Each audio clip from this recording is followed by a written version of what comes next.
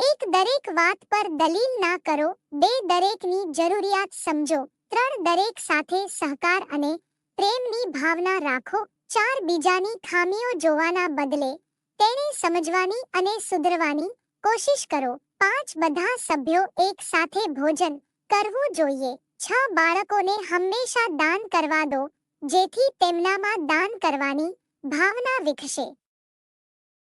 માં કોઈ પણ નવું કામ કરો તો બધાને સહકાર અને સમજણથી કરો. 8 બાળકોને મહાન લોકોના જીવનચરિત્ર સંભળાવો જેથી તેઓ એમના માંથી પ્રેરણા લઈ શકે. 9 ગુસ્સો કે ક્રોધમાં કોઈ સાથે વાત ના કરો. 10 બાળકોની સાથે સારી રીત ભાત કેળવો જેથી કરીને બાળકોમાં સારા સંસ્કાર આવે.